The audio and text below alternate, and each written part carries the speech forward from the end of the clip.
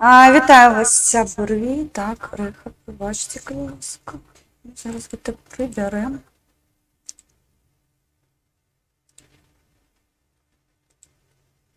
Так повинно бути лепей на шмат, тому що забуваю, що мені мікрофон може давати рехи, і треба його так само трошки. Сьогодні шмат навінаў, вельмі шмат. Будзем абмяркоўваць галоўныя падзеі, якія адбыліся сёння.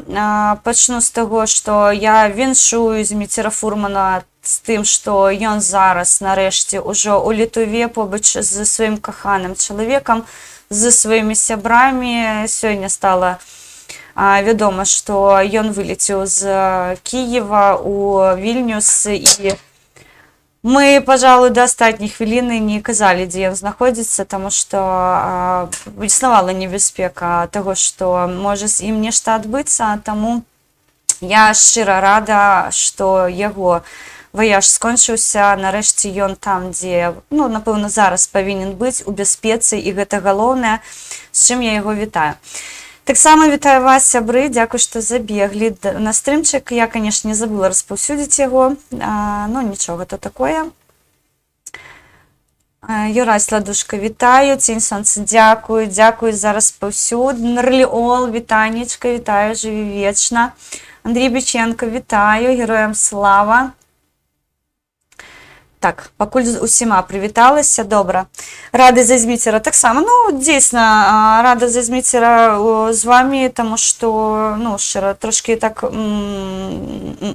было боязна за яго, трошкі так перажывалі, каб усё прайшло спакойна.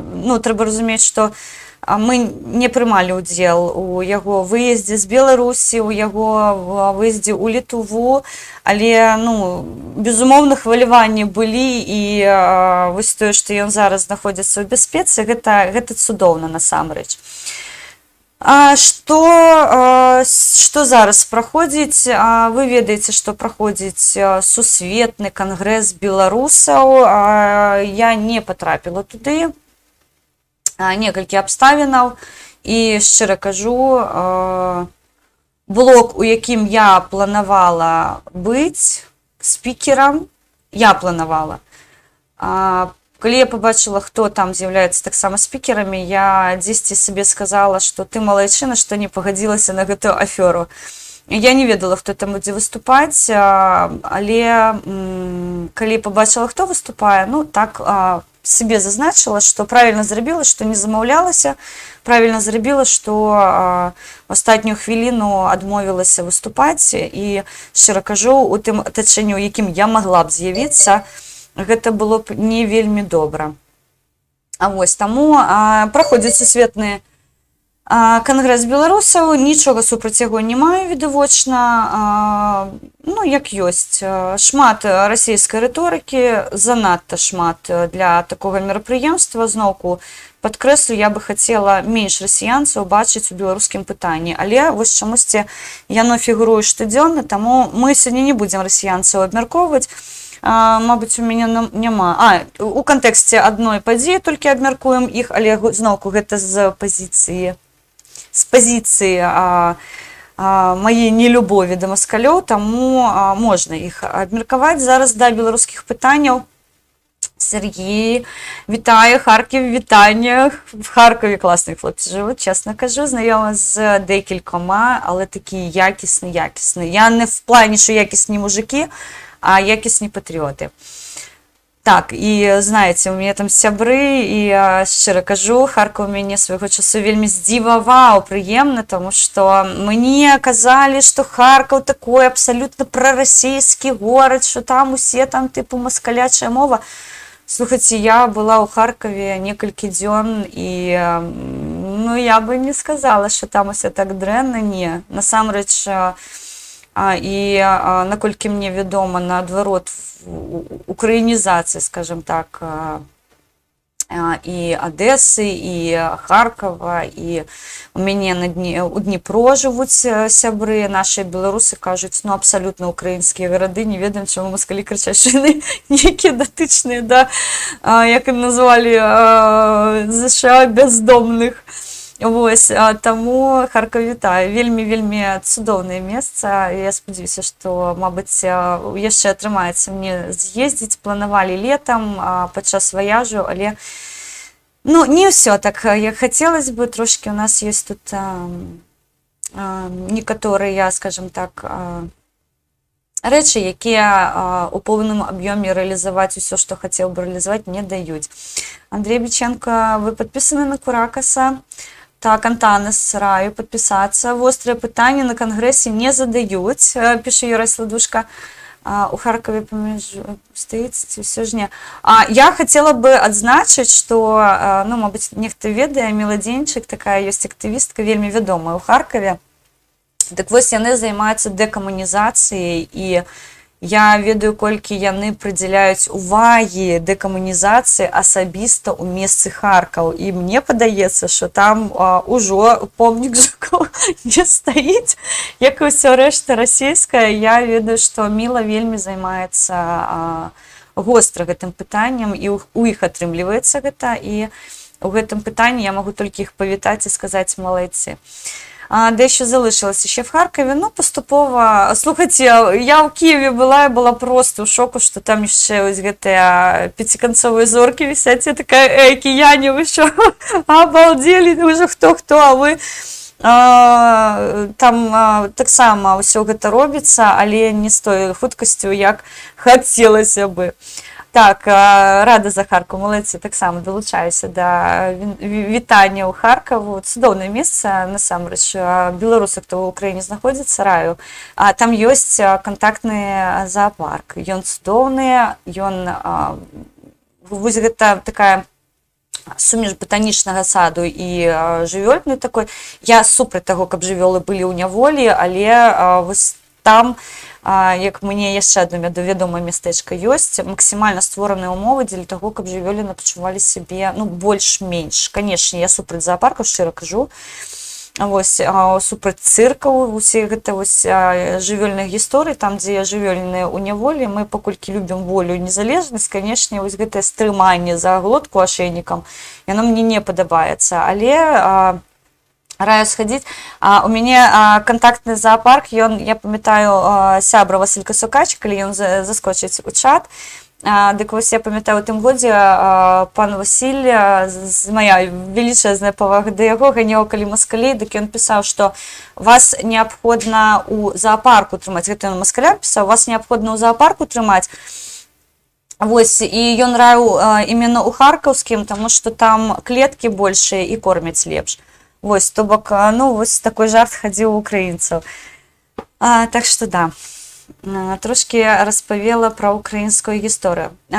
Што па Беларусі, я бы хацела пачаць з цяжкай тэмы, дзеля таго, каб мы плавненька перайшлі ў такое больш-менш спакойнае з вамі новостное поле, скажем так, і плавненько мы уже на позитивчике скончым стрімчик. Тому давайте, видите, гэта добрая навіна і дрэнная навіна. Давай пачынай з дрэннай. Вось пачнем з дрэннага. Шмат інфармацыі прыходзіць у нас з Беларусі на конт становішча палітвязняў. Вы ведаеце, што я прыдзяляю вельмі шмат увагі іменно гэтаму пытанню.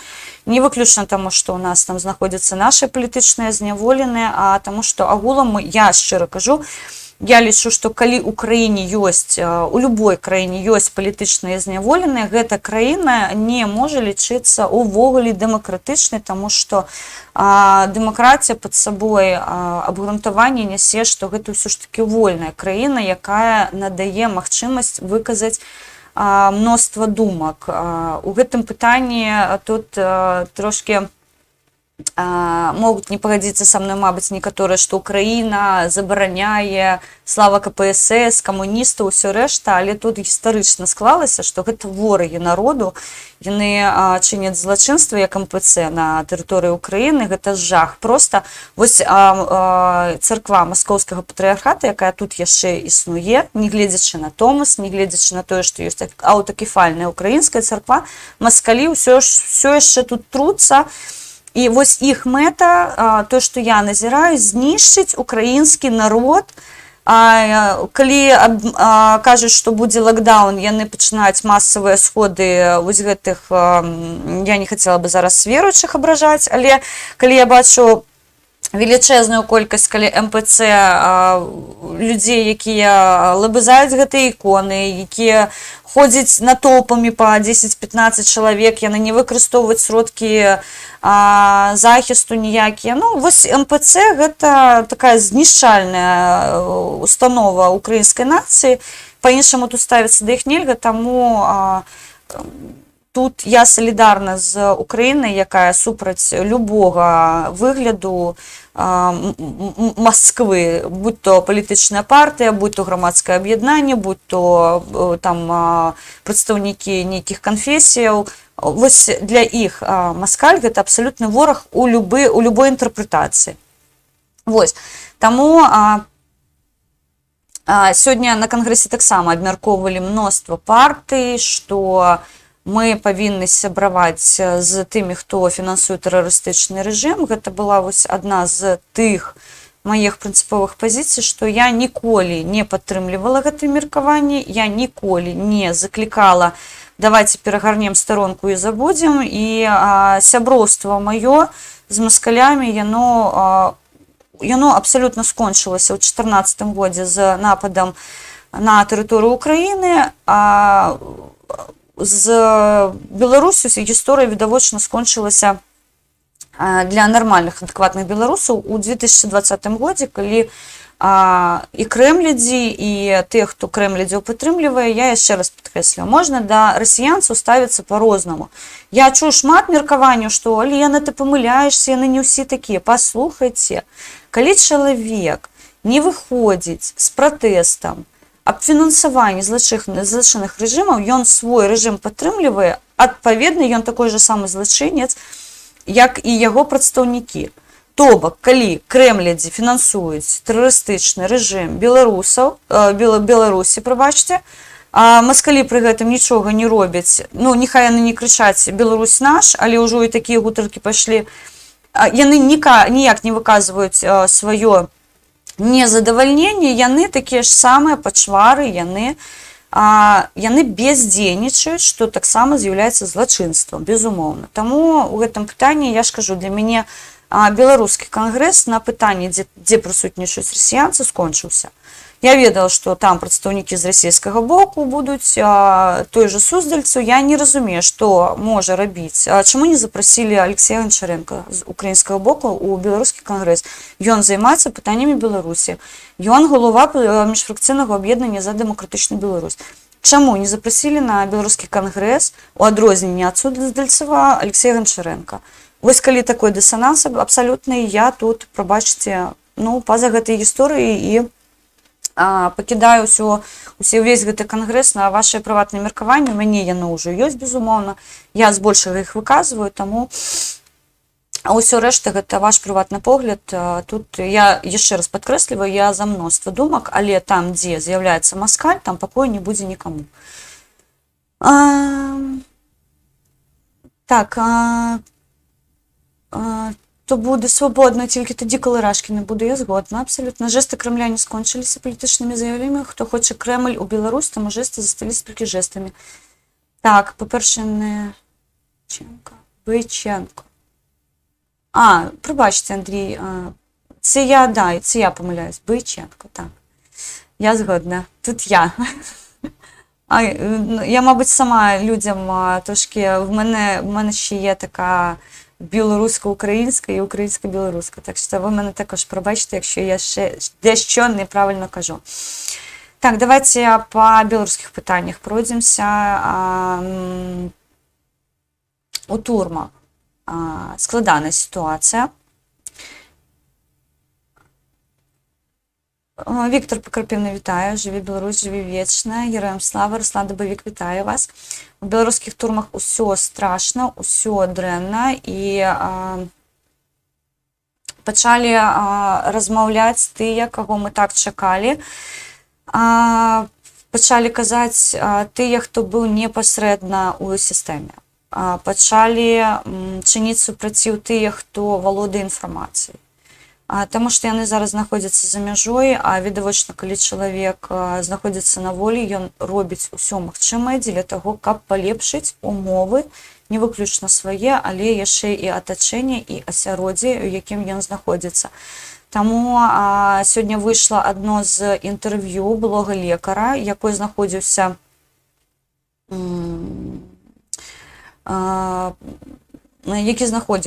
у турэмных засценках. Ён распавёў, што там адбываецца. Таксама да нас прыйшла інфармацыя, у якіх умовах зараз знаходзяцца палітычныя зняволеныя. І тут хацелася бы зазначыць, што, шчыра кажу, я ўсё часцей праважу паралелі з расійскім ФСІНам, і я асабіста розніцы не бачу. Я не кажу, што тут выключна маскалі вінаватыя, не вінаватыя, шчыра кажу, тут не здымаю з сябе адказнасці, але павінна быць абсалютная ілюстрацыя. Гэта вось тое, што адмаўляюцца рабіць штабы. Яны замовілі, што не будзе магчыма ілюстрацыі ў тым выглядзе, у якім яна і павінна быць, таму што ў нас будзе назірацца нібыта дэфіцыт кадраў, але, прабачце, няхай лепей дэфіцыт кадраў, чым ублюдкі ў сістэме. Тут я шчыра кажу, паміж двумя зламі я абіраю меншае зло. Вось, таму я лічу, што неабходна не проста ілюстрацыя, там павінна вельмі глыбокая быць ілюстрацыя. Гэта, на мой погляд, тое, чаго не хапіла ў краіне дзеля таго, каб сітуацыя была лепшая за тую, якую яны маюць зараз. Я зараз не крытыкую украінцаў, што яны нешта дрэннае зрабілі, але мне падаецца, што сітуацыя ва ўкраіне магла бы быць лепшая за некаторымі умовамі, але гісторыя не пацярпляе такія рэчы, як калі б, то маем тое, што маем, і жывем з тым, што маем на сёння. Дык вось, ён распавёў, Васіль Завадскі з лютага жыве ў жніўні, і ён былы турэмны лекар, праваабаронца і старшыня незалежнага прафсаюзу РЭП. Ён з'ехаў з Беларусі пасля ператрусу ў офісе прафсаюзу, дзе міліцыянты зашлі патрон, якога там быць увогуле не магло, і заснаваў у Вільні праваабарончую арганізацыю «Лекары за праўду і за справядлівасць». Яны ўзяліся за медычную юрыдычную дапамогу ахвярам катаванняў з беларускіх цюрмаў, і на радыё «Свабода» выйшла інтэрв'ю з ім, дзе ён распавядаў пра тое, што у Беларусі да гвалтаванняў швабрай літаральна застаўся адзін крок. Такім чынам, ён дзесьці косвена пацвердзіў інфармацыю пра тое, што тыя сістэмныя ублюдачныя прынцыпы, якія працуюць на рашкі, яны абсалютна выкарыстоўваюцца ў Беларусі. Мы чуем аб гэтым пастаянна, нам пастаянна пра гэта кажуць, але, на жаль, я калі слухала інтэрв'ю Савельева, ён казаў пра тое, што, разумееце, пакуль гэта не мае візуалізацыі, яно спрымаецца як нібыта нешта такое віртуальнае, можа быць, а можа не быць, то бок доказаў няма, таму пацвердзіць не можам. Вось у Беларусі роўна тая ж гісторыя, што фармальна не можам пацвердзіць, але ў той жа час зараз з'явіліся злівы кіберпартызанаў, якія Владзіміра Неронскага можаце паглядзець. Я сёння, правда, вам не завантажвала відэа, але тым не менш можаце паглядзець, паслухаць, што казалі, калі лавілі блогера. І гвалт пагражалі, і тое, што яны яго сацыяльна, там асабістыя такія умовы ёсць у турмах, калі там з чалавека проста такой овач робяць, ён нерукапажатны стае. Таксама пра гэта мы крычалі шмат разоў, што может быть такая ситуация, что вплоть до забойства. Вы памятаете, я кричала свайго часу, что Міколу дзітка спрабуюць забіць, яму сэрца спытаюцца спыніць, і магчыма, вось простой крык у той час мы гэта неяк затармазілі. На сённяшні дзень Мікола, да, ён за кратамі, але у той же час ён жывы. Таму чым больш мы пра гэта кажам, тым менавіта ім там, мабыць, гэта прыносіць нейкі бонус, і гэта ратаванне. То бок, калі не забываць пра зняволеных, я ўжо казала, і пра замоўленне казала, што калі мы пра іх кажам, там на тым баку разумеюць, што пра іх вядома, і могуць быць некаторыя праблемкі з-за таго, што з імі нешта можа адбыцца. Таму падчас інтэрв'ю Васіль распавёў, што ён сам працаваў у пенітэнцыярнай сістэме, прабачце, і добра ведае прыкметы. Васіль, дзякуй лёсу, што хапіла асцярожнасці выехаць у Літву не наўпрост з Беларусі, а самалётам з Масквы. За праведзены ў Вільні час Васіль Завадскі заснаваў праваабарончую арганізацыю «Лекары за праўду і справядлівасць», якая ўзялася за медычную і юрыдычную дапамогу ахвярам катаванняў у беларускіх турмах. Васіль Завадскі ў размове згадвае расійскі кейс са швабрамі, жудасныя катаванні вязняў у турэмнай бальніцы ў Саратаве, пра якія нядаўна стала вядома дзякуючы смеласці беларуса Сергея Савельева. Паводле відэазапісаў, якія былы расійскі зняволены перадаў праваабаронцаў, катаванні і гвалтаванні адбываліся з ведама турэмнага начальства і кіраўніцтва Федэральнай службы выканання пакаранняў па Саратаўскай вобласці. Чаму гэта здарылася, і ці не можа атрымацца так, што беларускія турэмшчыкі пераймуць прыклад суседзяў з усходу? Былы турэмны лекар Васіль Завадскі такога не выключае. Ён кажа: я не думаю, што там быў адмысловы загад якога вышэйшага начальніка. Хутчэй дапамаглі маўклівая згода начальства і заахвочванне падначальнік па выніках аператыўнай дзеяльнасці. І ён зазначае, што гэтыя ж умовы склаліся ў беларускіх вязніцах, асабліва ў ізалятарах, дзе да судоў трымаюць палітычных вязняў. Там таксама пераходу на швабры асаблівы загад не патрэбныя. Дубінкі для гвалтавання пратэстоўцаў у нас ужо ўжывалі. Да таго, што адбываецца ў Расіі, нам засталося, можа, некалькі крокаў. Рэпрэсіі ўсё больш жорсткія, забіццё і гвалт пратэстоўцаў не расследуюцца. За здзекі даюць кватэры і дзяржаўныя ўзнагароды. Званні прысвойваць. Ужо год адмыслова нагнетаецца атмасфера не тое, што страху, а жаху, таму ўсё магчыма, кажа ён. Вялікае даволі інтэрв'ю, але маючы кейс расійскі, безумоўна, мы разумеем, якую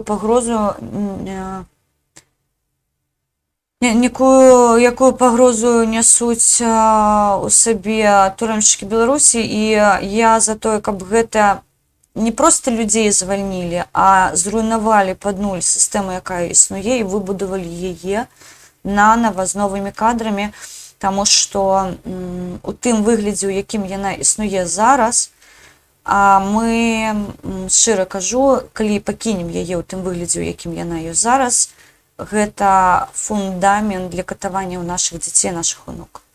Таму, безумоўна, што мы не можам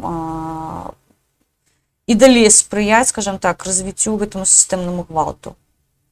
Я яшчэ раз падкрэсліваю, у нас у думках няма такім чынам помсціць. Мы не ублюдачныя тварыны, як некаторыя, таму проста гэта павінны быць справядлівыя суды, якія ўжо, безумоўна, пакараюць усіх тых, хто вінаваты ў тым, што адбываецца.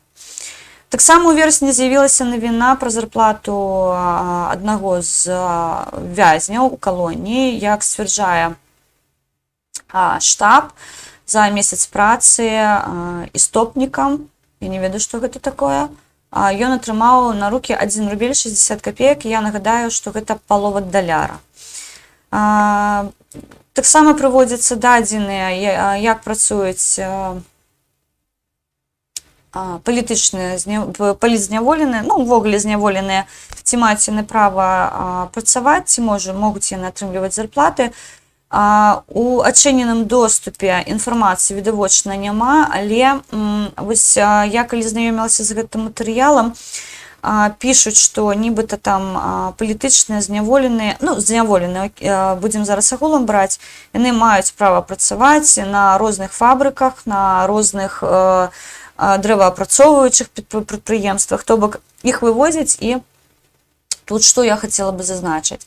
Свайго часу, калі Вераніка Мішченка выйшла з Акрэсціна, я нагадаю, яна знаходзілася доўгі тэрмін пад вартай у карцеры непасрэдна, без вады, без сродкаў гігіены, жудасная сітуацыя. Дык вось яна распавядала, ёсць асабісты ролік, як працуюць непасрэдна з-за кратаў і на якіх умовах. І яна распавядала непасрэдна пра жанчын, якія трапілі у ізалятар часовага затрымання, на якія працы на свалкі іх возяць, колькі ім за гэта нібыта плацяць, гэта вельмі умоўныя лічбы. І што яна зазначыла, што сістэма працуе такім чынам, што выбрацца з гэтага амаль немагчыма. Таму што калі ўжо сацыяльная апека ўзялася за дзяцей і фактычна размясціла, ну, тую ж матулю будзем разглядаць, за краты, маці павінна фінансаваць дзіцёнка, пакуль дзяржава яго, умоўна кажучы, у сябе трымае, то бок маці працуе, фінансуе дзіцё, і там настолькі мізерныя прыбуткі, што, па-першае, сплаціць гэта амаль немагчыма, па-другое, яны выходзяць на волю з чорнымі меткамі, і ўжо працаўладкавацца кудысьці без вось гэтага клейма, што ты злачынец, амаль немагчыма. Таму што ўсё везде прыбіваецца, і вось на падставе гэтага ствараюцца умовы, што яны або вымушаныя ісці на нейкія злачынныя дзеянні, таму што ў іх вельмі складанае фінансавае становішча, а любая выпраўленчая калонія, яна павінна выпраўляць. Выпраўляць якім чынам? Зноўку тут мы, мабыць, занадта амерыканізіраваліся, еўрапеізіраваліся, але чалавек павінен адчуваць, што ёсць нейкія іншыя умовы дзеля таго, каб якасць жыцця была лепшай. Я абсалютна ўпэўнена, што ніводная маці ніколі не родзіць сабе дзіцёнка з марай, каб ён быў наркаманам, або алкаголікам, або злачынцам нейкім. Вельмі шмат гэтаму спрыяюць сацыяльныя умовы, у якіх знаходзяцца людзі. І тыя ж самыя дзеткі нашыя, калі з дзіцячых дамочкаў выходзяць, яны абсалютна не сацыялізаваныя. Абсалютна. І гэта асабісты, мабыць, неабходна рабіць стрым па таму, як дзеці жывуць у дзіцячых дамах, і які маленькі адсотак з іх прабіваецца пасля таго, як яны стаюць ужо самастойныя пасля дзіцячых дамоў. Велічэзная колькасць дзяцей не вытрымлівае таго, што яны сутыкаюцца з тым, што яны абсалютна не могуць існаваць у гэтым сацыяльным серадовішчы, якое знаходзіцца вакол іх. Яны не могуць прыспасобіцца, яны не могуць адаптавацца. Тое ж самае з вось гэтымі людзьмі, якія, мабыць, на крок аступіліся. Сістэма, яна выбудана такім чынам, што яна не спрыяе палепшанню умоваў, а наадварот, яна зацягвае гэтых людзей яшчэ далей. І тут, зноўку, я падкрэсліваю, гэту сістэму поўнасцю неабходна руйнаваць і будаваць нанава. Таму што калі мы сваімі рукамі заганяем людзей у такія умовы, я сумняваюся, што з'явяцца новыя Ілоны Маскі і людзі абсалютна вольныя, якія могуць прыносіць эканамічны профіт Беларусі.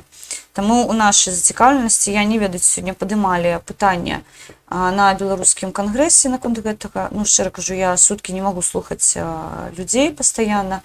Мне падаецца, гэтае пытанне я прыбегалася па анонсу, не разглядалася, але тым не менш, я ведаю, што такія меркаванні ёсць, і, канешне, мы будзем настойліва патрабаваць, каб у Беларусі падчас змены сітуацыі прайшла вельмі глыбокая ілюстрацыя. Таму што тыя сістэмы, якія выбудаваныя, яны выбудаваныя пад аднаго чалавека, і, на жаль, калі мы зберажэм нешта з таго, што зараз прапануецца, мы не пабудуем новую Беларусь. Проста, таму што гэтая сістэма, яна паглынае. Канешне, не ў нашых інтарэсах. Турысты ў Беларусі, што тут цікава, я зараз вам пакажу некалькі прыкладаў турыстаў у Беларусі, каб вы разумелі. Літаральна 3 ролічка вось я скампанавала такім чынам, што вы паглядзіце, як гэта адбываецца, і я папрашу зараз бацькі, позні даволі такі час, ужо 23:05, дзеці ўжо, напэўна, вашыя павінны спаць у гэты час, але у роліках прысутнічае нецэнзурная брань, таму я папрашу адвесці вашых дзяцей ад манітораў кампутараў, тэлефонаў, тэлевізараў, або даць ім паслухаць прыемную класічную музыку, можна Моцарта, можна Наві Бэнд, якія зараз даюць на ўсебеларускім кангрэсе канцэрт. Давайте паглядзім, што адбываецца ў Беларусі, і некаторыя рэчы я пракаментую трошкі пазней.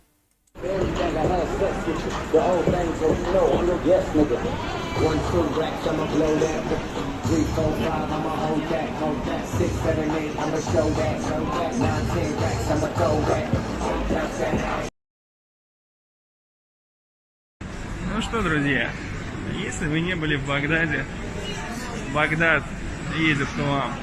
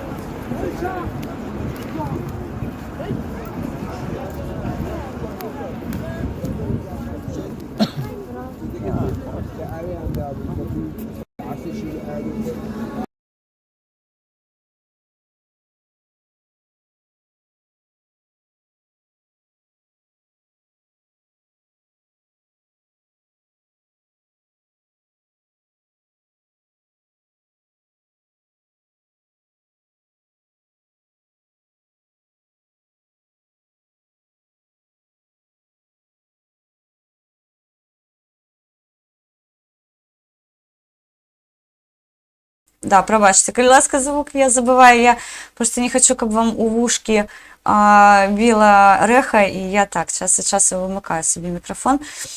Ну, я ж ужо тэхнічна, бачыце, крутая малыха, я ўжо навучылася, каб вам і рэха не было, і мяне 2 раза не было, і каб на відэо не накладалася ўсё. Ну, павінен быць гук зараз, усё павінна быць добра. Напішыце, калі ласка, ці ёсць гук, таму што мікрафон мне паказвае, што ўсё окей. Зараз я перейду таксама на свою стороночку, пагляджу, ці ёсць усё, таму што, да, ну, я бывае такое, што я вымыкаю мікрафон. Ок, все, дзякуй, Віктор. Дзякуй шчыра за тое, што напісалі мне, што ўсё добра. Так, зараз мы павернемся да навінаў. Дык вось, з Афганістана прылецела навіна. Там не было зазначана, што нібыта яны плануюць гэта рабіць пра Беларусь, але па замоўчванню іх паведамлення стала зразумела, што іменно пра Беларусь яны спрабуюць вырашыць свае пытанні. Што там адбылося? Па-першае, Талібан сёння расстраляў 2 людзей за тое, што на вяселлі гучала музыка, якую яны забаранілі, жывая музыка яны забаранілі. Там зараз адбываюцца нейкія падзеі ўнутры краіны, але яны зараз патрабуюць павярнуць ім кошты, якія былі заблакаваны ў сувязі з тым, што групоўка Талібан вызнана тэрарыстычнай усім цывільным светам, яны з гэтым катэгарычна не згодны, яны крычаць: аддайце нашае бабло, або у нас ёсць такой упораты вусаты ублюдак, якой дазволіць нам цягаць да вас мігрантаў сваіх. Ну, гэта ўжо моя інтэрпрэтацыя, але гучыць яно прыблізна вось так, таму што яны сказалі, што ў выпадку, калі не будуць павернутыя кошты іх з рахункаў, якія зараз заблакаваны США і еўразвязам, то яны напоўняць еўразвяз і США, ну не ведаю, як наконт США, і еўразвяз, верагодна, новай хвалі людзей з Афганістану. Вось, таму зараз я вам показала гэта Менск, таксама прыходзіць паведамленне, што ёсць у вельмі вялікай колькасці ў Гродна, таксама знойдзены ў Гомлі. Насамрэч прыходзіць вось такія відэа на дзень, ну 5-7 штук з розных месцаў, з розных гарадоў, мястэчак, вёсачак, і паведамляюць, што, як я ўчора зазначала, у гэтых людзей асабіста выбару няма.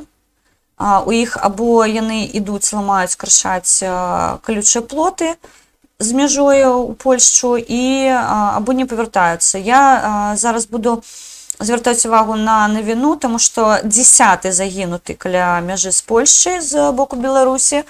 Ну, безумоўна, нелегітымна ўлада крычыць, што гэта палякі вінаватыя, але тым не менш стала вядома, цыганы ён і ў Афрыцы цыган. Так, але стала вядома, што далі каментары ўжо сваякі, што там адбылося насамрэч.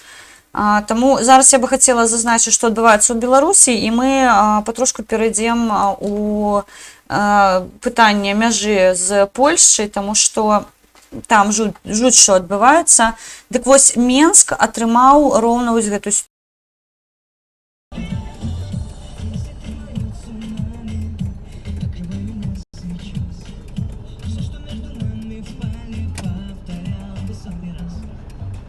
Открути. Открути. Что за хуйня? Почему фото?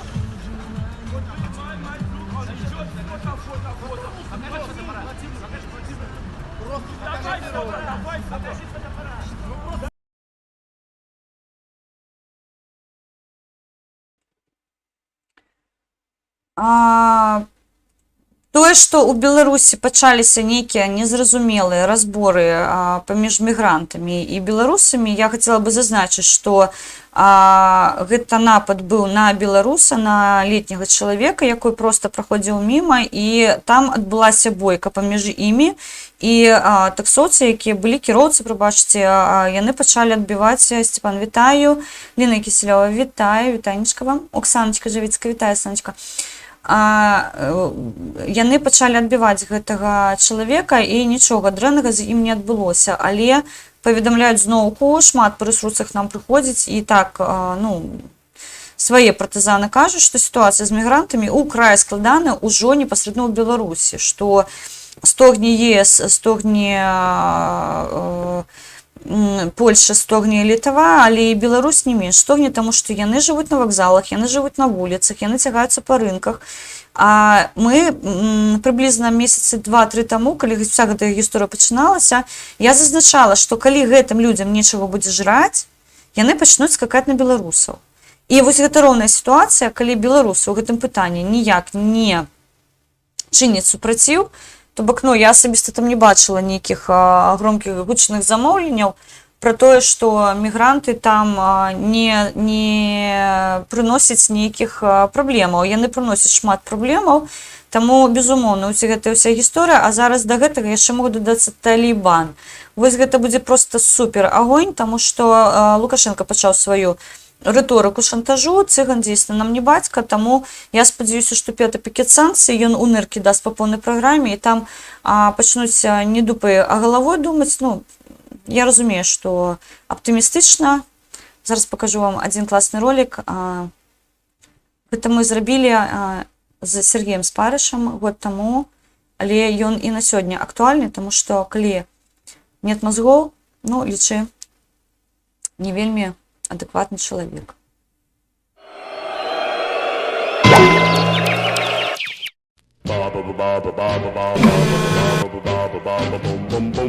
Mr. Bassman, you've got that certain something.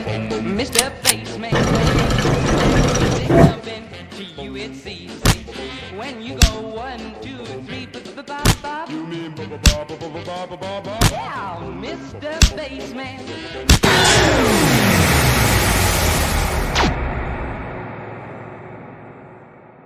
Вот я слышу, врачи говорят, коронавирус – это спусковой крючок. Никакой он даже не спусковой крючок. Коронавирус – это просто даже не толчок. Это та атмосфера, в которой развиваются их хронические болезни. Вот в чем причина.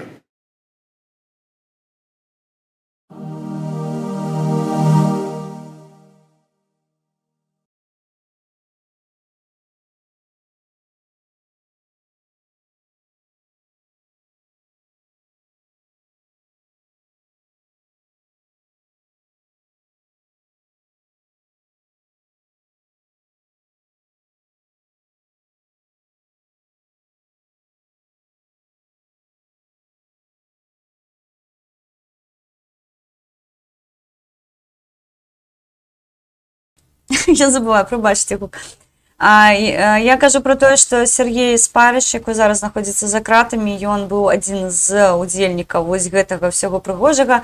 Ёсць такіх два ролика, мы паспелі зрабіць. Мы рабілі іх падчас, калі пайшла першая хваля ковіду. Мы хацелі просто данесці всю гэту абсурднасць сітуацыі, якая адбылася. І я вельмі спадзяюся, што калі Сергей ўжо будзе на волі з намі, ён сваёй крэатыўнасцю яшчэ не адзін такой ролик запіліць. Я шчыра кажу, вось гэта адзін з найулюбленейшых, як і тыя мемасы, якія ён рабіў, мабыць, памятаеце, з чубом зачосаным. Я свайго часу, я просто памятаю, як мы рабілі гэта ўсё. Я сказала, я дзесьці бачыла, у мяне дома свайго часу была кніжка «Астатні прэзідэнт». І там якраз была вось гэтая фотка з Дынама, апісвалі, што прыехаў ён на стадыён Дынама з разборкамі, ён тады ганяў прадпрымальнікаў, якія там працавалі, вось, і за ім трутні яго бегалі з парасолечкай, нешта там прыкрывалі, і вось падзьмухаў вецер вельмі моцны, у яго чуб просто дыбам стаў. І гэта паспелі засняць журналісты. І гэта патрапіла ў кніжку. І, безумоўна, мы задаліся мэтай знайсці гэтае фота, і з гэтага атрымаўся мемас, што уё. Таму Сергей вельмі крэатыўны чалавек. Я спадзяюся, што мы хутка яго пабачым. І вось такія смехатушкі. Гэта не астатняя хоць смехатушка, якая сёння будзе для вас. Я просто хацела зазначыць абсурднасць сітуацыі з Плешывым, таму што там адсутнасць мозгу поўнасцю. Гэта нават ужо ніякім каментарам не падаецца. Адзінае, што наша мэта галоўная, гэта перахапіць ініцыятыву, канешне, і не даць улезці сюды за мяккім транзітам маскалям. Вось, але гэта іншая гісторыя, трымаем руку на пульсе, безумоўна. Што на МТЗ адбываецца? Мы гатуемся да забастоўкі, і я шчыра кажу, нават я здзівована тым, якая колькасць людзей пачынае далучацца да заклікаў пакуль. Мы паглядзім, канешне, што будзе 1 лістапада, але літаральна сёння Гродна Азот заклікаў да усеагульнай забастоўкі з пазіцыі пандэміі, таму што гэта небяспечна. Таксама студэнты БДУ замовілі пра тое, што ў тых умовах, у якіх яны апыніліся падчас пандэміі, немагчыма проста зберагчы сябе. Гэта вось роўна гэтая гісторыя, калі я казала, мне не патрэбен Эйнштэйн у труне, няхай ён лепей будзе двоечнікам, але жывы. І таксама на МТЗ, на фоне того, што там адбываецца, па-першае, там дзве навіны такія моцныя. Па-першае, яны пачалі заклікаць да ўсеагульнага страйка, і па-другое, на фоне гэтага ўсяго там затрымалі некалькі чалавек, таму што іх абвінавацілі ў карупцыі. Там даволі такі велічэзная сума ў 200 мільёнаў даляраў, але тут сэнс зазначыць, праблема не ў 200 мільёнах далярах, а праблема ў тым, што гэта сістэмна. І гэтыя грошы без ЦО зверху ніхто не краў. Гэта, разумееце, гісторыя пра Юру Чижа, якой без дазволу у чужой кішэні паласкацца не маў права. Тое ж самае на МТЗ зараз вось гэтае публічнае пакаранне Ля Лукашенка, як ён любіць рабіць, да, зараз я вам пакажу, чым гэта скончыцца, звычайна. Ён любіць дэманстратыўна пакараць усіх тых, да чаго ён давёў.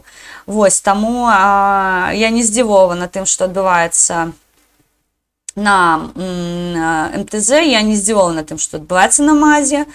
Я яшчэ раз заклікаю беларусаў, якія мяне глядзяць, беларусам, якія ставяцца да мяне з даверам. Паверце, тыя $150, якія вы зараз зарабляеце, па-першае, з іх скрадзены яшчэ зверху 300, як мінімум, таму што насамрэч заводы гэта прыбутковая арганізацыя, а не датацыйныя, як у Беларусі. Увесь свет трымаецца на тым, што яны строяць прыбутковыя заводы. А у нас чамусьці гэта лічыцца, што заводы павінны фінансаваць тыя малыя і сярэдныя прадпрымальнікі, якія яшчэ засталіся, або карупцыянеры, з кішэні ў кішэні перакладаць. Вось, таму тут Антанас Куракас вже стрім. Ну, мабыць, у Антанаса пачаўся, я не ведаю. Паняла, вітанне, вітаю, Віталій Вороб'єв. Прабачце. Таму не здзівована, але з гэтай сістэмнай карупцыі неабходна скончваць, таму што яна была, яна ёсць, і калі мы нічога не зробім, яна і будзе.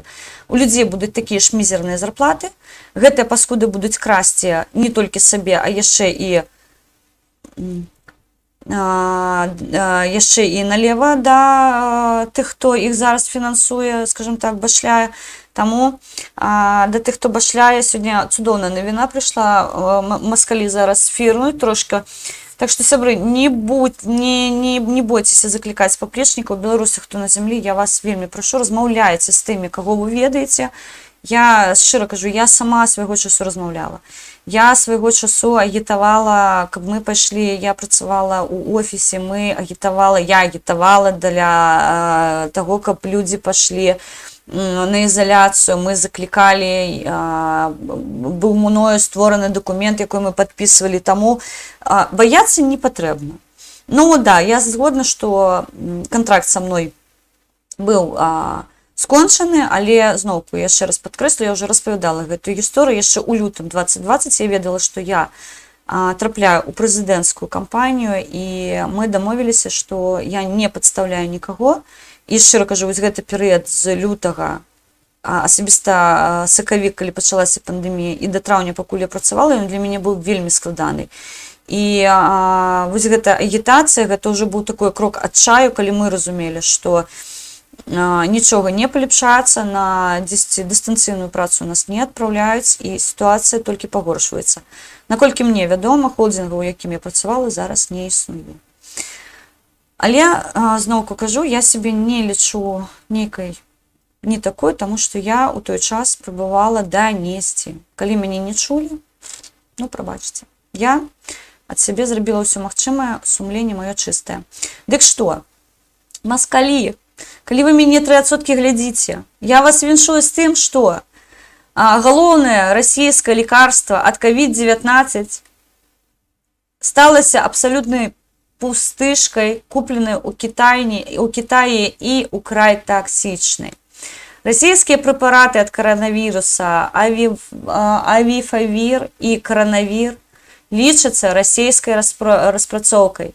Прапагандысты называли их заўсёды рэвалюцыйнымі, сопоставимыми по масштабам з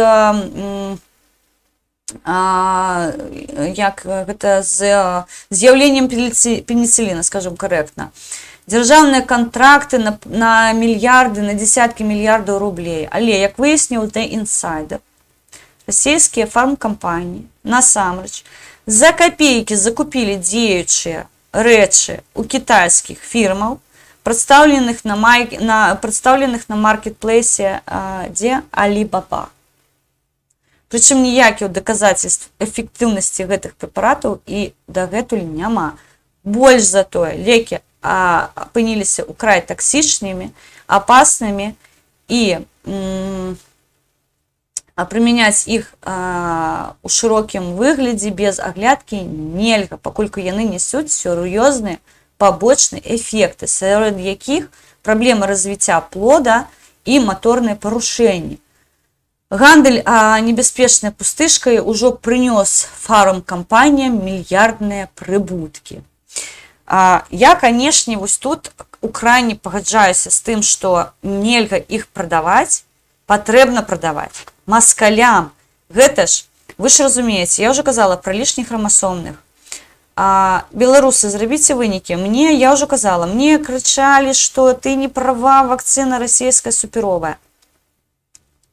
Беларусы маюць права прыехаць у любую краіну, еўразвязу, Украіну і прышчапіцца. Я не так давно глядзела сюжэт, цэлая кампанія выехала дзеля таго, каб прышчапіць сваіх супрацоўнікаў тут. Можна знайти шлях атрымаць альтэрнатыўную вакцыну.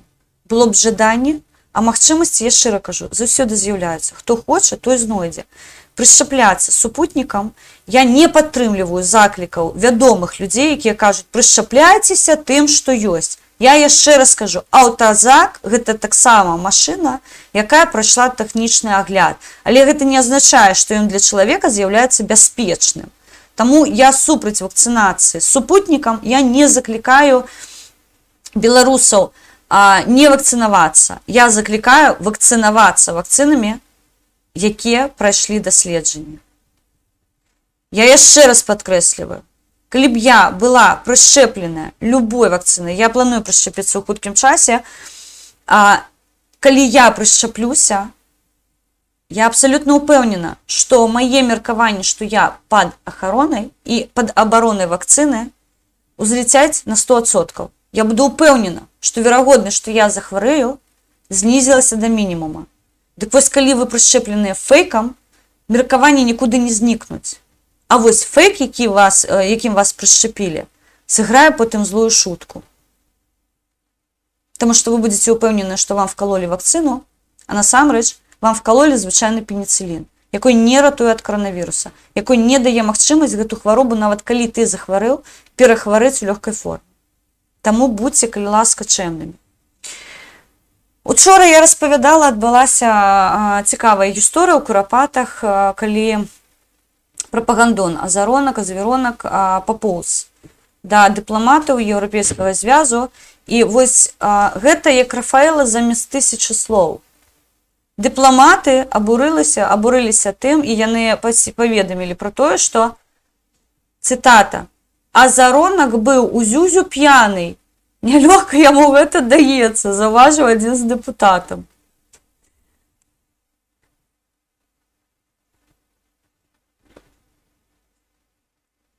Тут каментаваць нават няма што.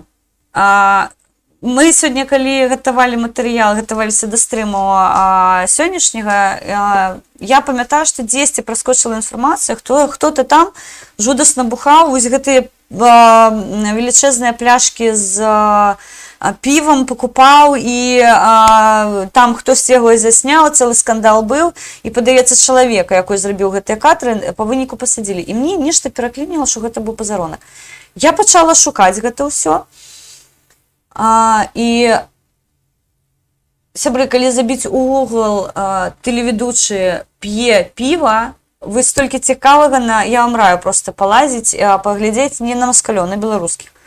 На прапагандонаў, якія проста ад гора заліваюцца. Дык вось дыпламаты паведамілі, што грышка-то не так прост, што дзеля таго, каб трымаць мікрафон, трэба бухануць там не па-дзецкі. І вось да чаго я кажу, вось такую карцінку перад міжнароднай супольнасцю будуе рэжым Лукашенка. Ці я саромлюся іх? Не, гэта іх выбар. Ці мне падабаецца, што яны так робяць? Так. Таму што чым больш яны сябе дыскрэдытуюць, тым менш працы ў нас. Ну і адна з таксама найгалоўнейшых навінаў, гэта будзе каранацыя украінцаў, але я тут шчыра кажу, ведаючы, як гэта трошкі працуе, я б не была аптымістычна, але пакуль тое, што мы чытаем, яно неяк так давер выклікае, але неабходна трымаць руку на пульсе, што іменно Украіна не будзе імпартаваць электраэнергію з Беларусі. Галава Камітэта Верховнай Рады па пытаннях энергетыкі і жыллёва-камунальных паслуг Андрей Ерус замовіў, што аукцыёны по паставках так і не былі праведзеныя. Я нагадаю, пані Олена, прокоментуйте інтерв'ю Тихановської на «Эхо Москви», мені дуже не сподобалось. А вам? Я не хотела його обмірковувати, давайте я...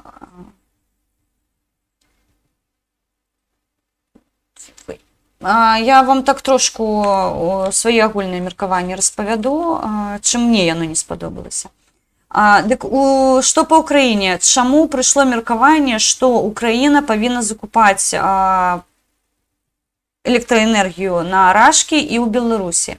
Я нагадваю, увесь гэты час, пачынаючы з верасня месяцы, дзеяла такая энергетычная, умоўна кажучы, энергетычная блокада. То бок, былі забароненыя любыя закупкі з боку Беларусі, з боку Расіі электраэнергіі. Хаця наши там упоратыя за мяжой Украіны крычалі, што у нас ёсць БелАЭС і яна забяспечыць. Па вынікі БелАЭС не працуе, там яе пастаянна то на ремонт, то з ремонта. Яна па выніку не працуе. То бок, там, шчыра кажу, маскалі далі крэдыт на тое, што самі не пабудавалі, і яно будзе пастаянна ў такім стане, нічога там аптымістычнага нашы спецыялісты не бачаць. Гэта маскалі пабудавалі ядзерны рэактар пад мяжой з еўразвязам. Яшчэ такая умоўна кнопка, націснуць якую можна будзе ў любую хвіліну, і тым яны, канешне, па выніку будуць шантажаваць Захад. Але тым не менш. І было такое меркаванне, што калі скончыцца вось гэты тэрмін блакады, Украіна аўтаматычна мае пралонгіраваць гэтыя дамоўленасці, якія былі, пачаць зноўку закупаць электраэнергію ў Беларусі і бла-бла-бла, карацей кажучы. І плюс прыйшла інфармацыя пра тое, што прайшлі тэндары, прайшлі закупкі і, што самае цікавае, і вось тут у мяне, сябры, абсалютны дысананс. Таму што ў адной навіне прыходзіць інфармацыя пра тое, што ўжо состояліся торги і ўжо заключылі контракты. І роўна сёння кажуць пра тое, што імпорта электраэнергіі з Расійскай Федэрацыі з 1 лістапада не будзе. Кампанія Інтэррау 20 кастрычніка аб'явіла аўкцыён на продаж электраэнергіі, але 21 кастрычніка адпаведны аўкцыён быў адмянёны. Таксама з 1 лістапада не будзе імпорта электраэнергіі з Беларусі. Пакольку аўкцыёны па продажу электраэнергіі не былі праведзены. Гэта напісаў міністр энергетыкі Украіны. Я шчыра кажу, я буду разбірацца ў гэтай сітуацыі, тому што мне ўкрайне не падабаецца, таму што калі мовы ідзе, што тыя, хто валодае, умоўна кажучы, пакетамі ключавымі па электраэнергіі, гэта алігархі ва ўкраіне, я нагадаю. Гэта Каламойскі, яшчэ група вядомых прозвішчаў, скажам так, якія трымаюць увесь гэты, умоўна, рынок, і вось яны займаюцца пытаннямі закупак. Калі мова ідзе пра тое, што яны смаглі купіць, а дзяржава не смагла купіць, вось гэтае паведамленне, яно вызнаецца нічтожным, таму што тэндары склаліся і закупка адбылася. Калі гэта кранаецца тых удзельнікаў гульні, скажам так, у гэтым полі, і яны не змаглі закупіцца, тады гэта іншая справа. Я не магу зараз дакладна сказаць, таму што, яшчэ раз кажу, я пабачыла дзве абсалютна розныя навіны, якія супярэчаць адна адной, і дзеля таго, каб разабрацца, мне неабходна параіцца з некаторымі украінскімі сябрамі, каб яны мне трошкі расталкавалі, якім чынам працуе рынок энергетыкі ва Ўкраіне. Мне ёсць такія знаёмыя, і вось яны мне, што называецца, дакладна паяснілі, чым адрозніваецца, таму што, я жыву яшчэ дзяржаўным патронам Беларусі, і толькі зараз я пачынаю адчуваць, што рынок можа быць больш-менш вольным, і тут ёсць свае гульцы, скажам так. Яшчэ хацела бы павярнуцца, прабачце, трошкі тут я пераскочыла з навіны на навіну, але сэнс з украінскай энергетыкай зразумелы зараз. Будзем разбірацца, я шчыра кажу, будзем сачыць далей за гэтай гісторыяй, таму што мне самой вельмі цікава. Я тая, хто заклікае да страйку, і проста пагадзіцца і міла сказаць, давайце перагарнем страніцу, не, гэта так не працуе. Па іракцыю, не па іракцыю, курдскі хлопец загінуў, меркавалася, што ён паспеў патрапіць на польскі бок, нібыта ён памёр у Польшчы, і Польшча ўзяла і вераломна яго выкінула на мяжу з Беларусю. Ну, гэта мігрантская крыжа, я нагадаю, гэта 10-я смерць на мяжы Беларусі і Польшчы, і Літвы, напэўна, усеагульная. Дык вось што сказалі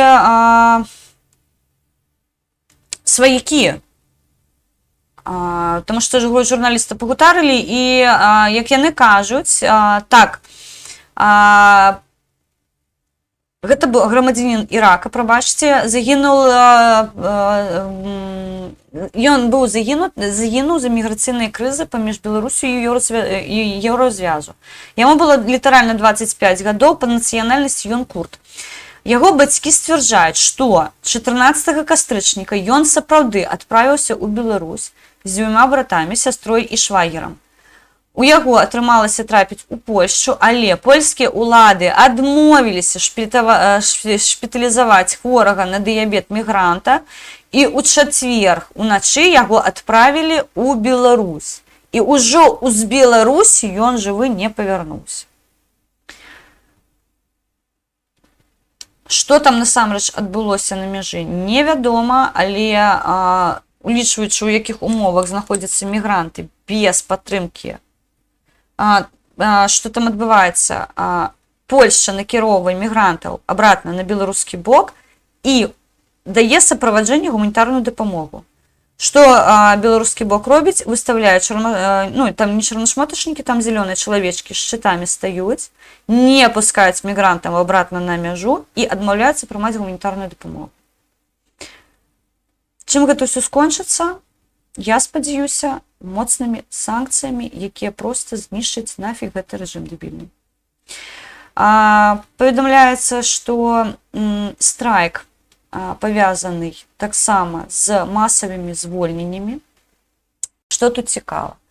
Калі раней звальнялі проста, скажем так, спецыялістаў сярэдняга звена, малага сярэдняга звена, то бок людзей, якіх можна было замяніць, то зараз я сёння чытала навіну, што з Менскай судебнай экспертызы звольнілі 40 экспертаў. То бок, трэба разумець, што, калі я правільна зразумела навіну, 40 судебных экспертаў былі звольнены з працы.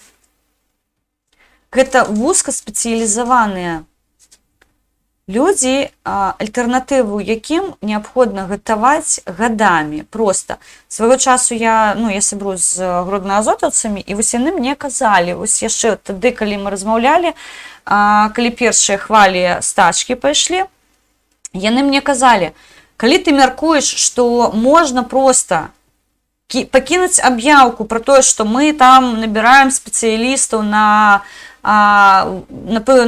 дзелянку такую, на вырабніцтва такое, і вось адчыненая вакансія, і людзі прыходзяць, субеседаванне праходзіць. Не, гэта так не працуе. Дзеля таго, каб стаць спецыялістам Гродна-Азот, неабходна некалькі гадоў вучыцца, таму што вось так на раз гэтая праца не даецца. Таму там і заробкі, таму там і умовы, таму там у людзей усё настолькі крапатліва, і я размаўляла з ім, ён мне шчыра сказаў, ты не разумееш, што 3-4 гады падрыхтаваць спецыяліста не заўсёды дастатня дзеля таго, каб працаваць на Гродна-Азоце. Тое ж самае зараз, я проста правела паралель такую, я так разумею, што дзеля таго, каб стаць судовым экспертам, судовыя эксперты гэта людзі, якія займаюцца крымінальнымі фактычна справамі, таму што гэта не проста загінутыя людзі, гэта знойдзеныя людзі, яны маюць вызначыць, як чалавек загінуў, ад чаго загінуў, ці мае там сведчанне крымінальны след нейкі, мабыць, яго вельмі асцярожна блюдцам палоніі, я спадзяюся, кагосьці вусатага будуць трымаць на халодным стале і будуць галаву часаць і думаць, чым жа цябе гэта напаілі. Гэта вузкія спецыялісты, і калі ў такой колькасці звальняюць, Ну, там шызік добра паехаў, паходу. Я так гляжу, што калі ўжо пачалі такіх спецыялістаў выбіваць з атачэння, ну, мы ўчора з вами падчас ночы расстраляных паэтаў згадвалі пра тое, што номенклатурныя, тыя, хто хадзіў, здаваў, накіроўваў на людзей варанкі, самі і трапілі ў гэтыя жарнава. Таму тыя, хто зараз затрымлівае лекароў, тыя, хто зараз іх судзіць, хто іх звальняе, 37 год, я нагадаю. Мы учора яго добра разбіралі. І ніхто не забыты будзе, і нішто не забыта. Таксама сёння адбылася такая падзея, журналістка Белсата, чаму паднялі крык. Ну, крычаць пра ўсіх, насамрэч на дзень па 10, па 15, па 20, па 100 затрыманняў, ўжо просто тут лічбы не вядуцца, таму што ну, гэта просто сотні людзей. На дысідэнце сёння было, боже, я боюсь памыліцца, падаецца 1059 людзей. Я зараз пагляджу, колькі дысідэнт зараз налічвае палітычных зняволеных. Дык вось, што з ёй адбылося? Яна вылецела на адпачынак, і бацькі паехалі сустракаць яе ў аэрапорт, яна павінна была павярнуцца, журналістка, гэта Слаўнікава. Ірына Слаўнікава, прабачце, і яе не дачакаліся нават у аэрапорце, то бок яе дзесьці перахапілі дагэтуль і знялі проста з рэйса вераломна і затрымалі, бацькі так і не сустрэлі яе, не дачакаліся. Ну і хутчэй за ўсё яе чакае суд, судзілішча, як чакае судзілішча Дзенісы Івашына. Сёння стала вядома пра тое, што Дзеніса ўсё ж такі звінавачваюць, яму інкрымінуюць артыкул «Дзяржаўная здрада». Я нагадаю, хто не ў тэме, дзяржаўная здрада гэта ад 7 до 15 год. І шчыра кажу, дзяржаўная здрада гэта вельмі цяжкі артыкул, і вось я яго ставлю не на адзін узровень, але па ўзроўню небяспекі разам з Мікалаем Аўтуховічам. Таму што Мікалая Аўтуховіча, я нагадаю, ні за што судзяць па тэрарыстычнаму артыкулу. Дзеніса Івашына таксама зараз, я так мяркую, што яму не прабачылі інформнапалм, з якім ён супрацоўнічаў. І зараз яму па максімуму спрабуюць упаяць. Прычым Дзенісу Івашыну гэта ўжо змянілі артыкул, таму што дагэтуль яму свяціла да 3 год. Для таго, каб ніхто не даведаўся праўду, калі будуць масавыя забойствы, прызначыць тых, хто будзе маўчаць. Так. Ну і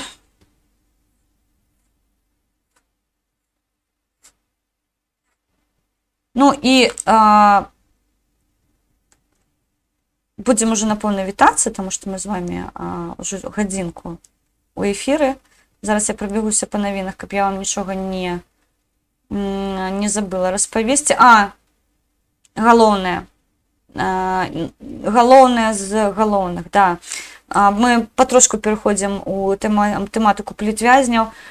Роўна 300 дзён, як Паліна за кратамі. 300 дзён прайшло з таго моманту, як 1,5 дзясятка міліцыянтаў, амапаўцаў і прадстаўнікоў следчага камітэту уламіліся ў нашу з Палінай кватэру, кажа Андрэй Шарэнда. Карцер, навінкі, жаночая калонія ў Гомлі, шыза. Цяпер Паліне наогул забаранілі перадачы, а за найменшую правіну садзяць у штрафны ізалятар. Паліна Шарэнда-Панасюк, адважная актывістка, якая не апускае рук і нават пад катаваннямі заклікае ціснуць на рэжым.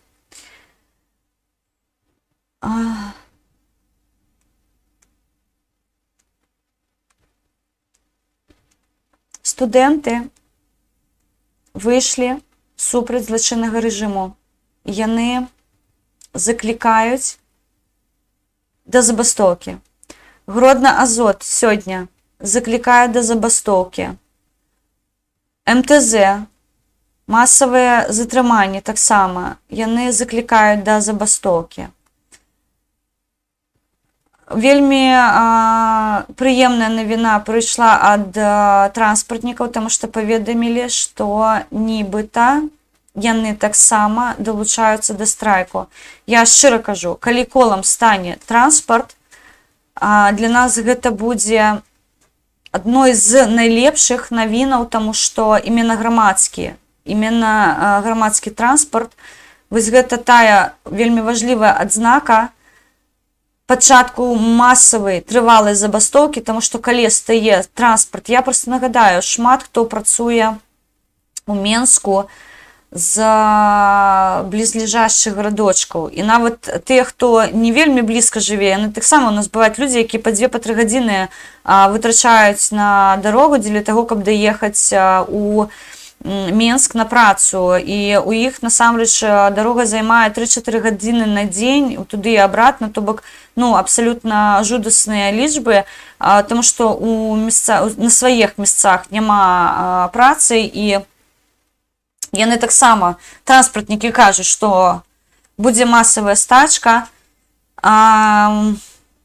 Мы нагадваем, што палітычныя зараз знаходзяцца ў вельмі страшных умовах. Паліна адна з тых, хто трымае строй, і яна пазбаўлена зараз усяго. Як і Дзіма казаў Шэрыкут, не спыняюся страчваць, не спыняюся згадваць пра яго. Яны суседнічаюць з клапамі, сон без матрасаў, 2 метры туалетнай паперы на суткі на 3, кожныя 1,5-2 гадзіны шмон і поўны дагляд. Ноччу будзіць кожныя 2 гадзіны, пры гэтым неабходна падысці да кармушкі, называць свае прозвішчы і імя. Перасаванне па-за камеры і падчас шмона у кайданках у пазіцыі ластаўка. І таксама неабходна зазначыць, што сярод супрацоўнікаў ІЧУ, выконваючых дадзеныя забавязанні, ёсць асабістыя энтузіасты. Давайце кожны дзень шмат часу прыдзяляць іменно гэтаму пытанню. Беркутацца ў Беларусі 8 пацукоў, Івашин даследаваў, што падаўленне пратэстаў... Да, іменно Ярославдушка, я ж кажу, што не прабачылі Дзенісу яго працу, як і не прабачылі Кацярыне Андрэевай Донбас. Абсалютна відавочна, што за імі палівалі не таму, што яны займаліся гэтымі справамі. Абсалютна. Прабачце, дакладна вядома, што і Кацярына Андрэева пераследуецца за беларускі Донбас, і Дзеніс Івашин за расследаванне пра беркутацыю на тэрыторыі Рэспублікі Беларусь. Хто не ў курсе, я раю вам звярнуць увагу на... Дарэчы, беларускі Донбас прадавалася кніга, я не ведаю, ці яна зараз прадаецца ва ўкраіне, за 1 грыўню прадавалі кнігу, я памятаю, калі Кацярыну пасадзілі, в Украине запустили акцию, что белорусский Донбасс продаецца ў PDF-формаце за 1 гривню, і я была одна з тых, хто купіў гэтую кнігу, і я вельмі спадзяюся, што хутка ў мяне будзе час яе прачытаць, а рэшты я загалом хацела бы прачытаць яе разам з вами, таму што вы ведаеце, што гэта забароненая кніга ў Беларусі, а я знаходжуся у краіне, дзе яна не забароненая. Таму беларусы, якія баяцца слухаць забароненыя, могуць не слухаць. А вось украінцам, я мяркую, будзе цікава паслухаць гэтую кнігу. Адзінае, што яна напісана расійскай мовай. Магчыма, проста я буду рабіць або пераклад, або мы з вами неяк дамовімся наконт гэтага. Ну і пры канцы я хацела бы вам паказаць цудоўныя, на мой погляд, ролик, якой сёння мне дапамаглі зноўку. Я дзякую шчыра за тое, што дапамаглі зрабіць. Я яшчэ раз нагадваю вам, сябры, што мы працуем на зямлі, мы працуем з палітычнымі зняволенымі, і ваша падтрымка вельмі важлівая для нас. Не забывайце, што працуе донат-сістэма. Сёння будзем тэсціць PayPal. Я спадзяюся, што хутка далучым яшчэ зручныя для вас сістэмы. Наша падтрымка ім вельмі патрэбная. Таму давайте не будзем забываць, хто за нас знаходзіцца ў няволі. І будзем рабіць усё магчымае, каб яны не адчувалі сябе адзінокімі. А украінцам, нагадваю, в Беларусі сядзіць украінскі грамадзянін. Я, калі не памыляюся, 3 гады далі хлопцу за абсалютную фігню, ні за што, фактычна. затрымалі на вуліцы, на пустым месцы, дарэчы, кейс можна будзе. Інтэрв'ю Ціханаўскай РФ Москвы, давайте я хутенька на пытанне адкажу. Мне яно не спадабалася, тому што яно было напроч прапітанае. Нам не падабаецца, што робіць Москва, але мы гэта прымаем і мы будзем далей рабіць усё магчымае, каб не страціць стасункі з Москвой. То бок яна цудоўна разумее, што Рашка гэта гаўно, што яны злачынцы, што яны фінансуюць тэрарыстычны рэжым, але пры гэтым атачэнне, якое побач з ёй знаходзіцца, яно ёй у вушы цыркулюе тое, што света мы павінны з імі сябраваць, таму што толькі Газпром будзе напоўніваць нашыя кішэні. Ты ж разумееш, што мы без іх нікуды, таму, калі ласка, не абрызай нам вось гэтую крыніцу газпрамаўскую, таму што мы ж, мы ж нічога не можам рабіць больш іншага, акрамя як падлізваць. Мы за гэта заўсёды грошы атрымлівалі, а ты тут вырашыла нейкая невядомая пазіцыя. Яны ж грошы не бяруць, яны ж не падкупныя. На што нам жыць? Вось, таму Света атрымліваецца ў вушы, што з крэмлядзямі неабходна сябраваць, што яна прадэманстравала падчас інтэрв'ю. Газпром даў інтэрв'ю Газпраму, і ключавога пытання, дык чый Крым, нарэшце, не прагучала. Я чакала яго, шчыра кажу. Я вымусіла себе паглядзець гэта абсолютно камплементарнае інтэрв'ю, хоць там Венедиктаў нешта спрабаваў сказаць, што ой, я там спрабаваў яе, ёй незручныя пытанні. Паслухайце, там пытанні на першы клас былі, таму нічога там такога сверх не было. Як вы ставіцеся для крэмлядзяў, і што яна скажа? Яна крэмлядзям дае інтэрв'ю, што яна скажа? Я вас, курвы, ўсіх ненавіжу, вы ў мяне візьмеце інтэрв'ю на РФ Москвы. Я вам раскажу, хто вы такія, чаго вы вартыя. Вось, побач са мной крэмлядзяў няма. Калі побач з ёй знаходзіцца атачэнне Цапкала, Бабарыкі, сябры, давайте не будзем настолькі неразумнымі, каб не разумець, што адбываецца. Я яшчэ раз кажу, беларускі кангрэс сёння быў у кожным сваім блоку прапітаны маскалямі. У кожным блоку. Мне гэта не спадабалася. Я зараз не крытыкую беларускі кангрэс. Малайцы, зрабілі добрую справу, але столькі расіянцаў у маім атачэнні я не спрымаю. Няхай яны сядзяць за калючым плотам. І луканоміка. Да чаго мы дажыліся, і я буду з вами вітацца. Глядзім ролик, а я вам кажу дзякуй шчыра за то, што былі з намі. Дзякуй за тое, што ставіце падабайчыкі, дзякуй за тое, што заходзіце на канал, дзякуй за тое, што пакідайце каментары і дапамагайце. Заўтра мы з вами будзем піліць бабло. Так што заходзіце на канал, тому што заўтра я адчыняю донейт-сістэму і мы распадзяляем кошты. Я нагадваю, частина коштаў бяжыць на зямлю, частину коштаў мы накіруем на праект дапамогі сем'ям загінутых АТО ва Ўкраіне, і частинку мы кладзем у нашу з вами скарбоначку дзеля таго, каб зрабіць канал якасней і цікавей. Я вас люблю, шчыра вам дзякуй. Атрымлівайце задавальненне ад пазітыўнага роліка, на якім мы скончым стрымчык. А я нагадваю, беларусы пакуль жывуць, беларусы, жыве Беларусь, і, безумоўна, слава маёй Украіне, героям яе слава. Жыве Беларусь, слава Украіне, і разам мы з вами абавязкова пераможам. What's going on?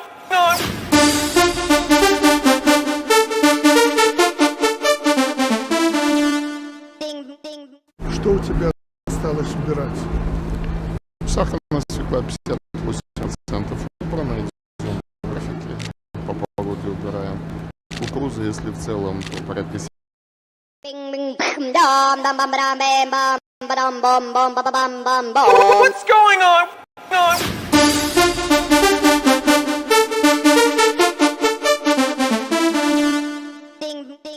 Что у тебя осталось убирать? Сахарная свекла 58%. Убрано, идем графики. По погоде убираем. Кукуруза, если в целом, то порядка 70%. Но носилась уже 87%. Сейчас немножко напрягает темпы поднятия зябин 22%. Но я думаю, что сейчас техника будет освобождаться, ускоримся. Ну и сейчас мы добираем еще... какой сейчас силос из кукурузы? что сегодня можно получить из этой сухой кукурузы, которая уже перемерзла даже у него. Но на востоке и на севере какой сейчас силос? Поговори со специалистами. Сегодня надо оставшуюся кукурузу убирать на зерно. Но это же надо убирать. Это надо убирать, не надо ждать, что у нас до конца ноября будет стоять погода. У тебя осталась 1 неделя. Вот так уберу кукурузу.